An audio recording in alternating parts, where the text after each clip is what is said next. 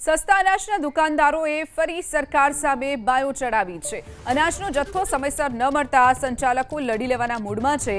જૂન મહિના માટે સસ્તા અનાજની દુકાનના સંચાલકોએ ચલણ જ નથી ભર્યું। ચલણ ન ભરતા જૂન મહિનામાં સસ્તા અનાજનું વિતરણ ખોરવાવાની શક્યતા છે। સમયસર અનાજનો જથ્થો ન મળતા સંચાલકો પરેશાન થતા હોવાનો પણ આરોપ છે। સસ્તા અનાજનો જથ્થો નિયત સમયમર્યાદા કરતા મોડો મળતો હોવાનો પણ તેમણે દાવો કર્યો છે। મોડો જથ્થો આવવાના કારણે સંચાલકોને ભારે મુશ્કેલી પડતી હોય છે તેવો પણ તેમણે આરોપ લગાવ્યો છે।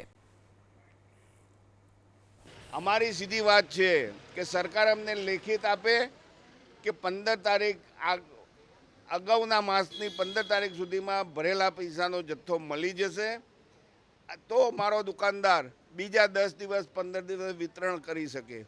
આ તો છેલ્લી તારીખે માલ ઉતરે અને કે હવે વેચી મારો, કયા ગટરના ખાડામાં નાખવો। એટલે સરકારના ઉજાગર કરવા માટે આવ્યા છીએ। 1 તારીખથી અમે વિતરણ કરવાના નથી। અમે ચાલુ માસ જૂન માસનું પરમિટ જે મૂક્યું છે એના પૈસા ભરતા નથી, ચલણ જનરેટ કરતા નથી, એટલે જૂન મહિનામાં વિતરણ થવાનું નથી। એ 100% સત્ય હકીકત છે। સરકાર નહીં જાગે તો આનાથી વિપરીત પરિસ્થિતિ પેદા થશે। એની જવાબદારી સરકારી અધિકારી અને સરકારની રહેશે। ગ્રાહકો દુઃખી થાય તો એ સરકાર જાણે। અમારી તો વાત છે, અમને પૈસા ભર્યા પછી જો ટાઈમસર માલ ન આપવો હોય તો આ પ્રથાઓ બંધ કરો, પૈસા લો અને માલ આપો।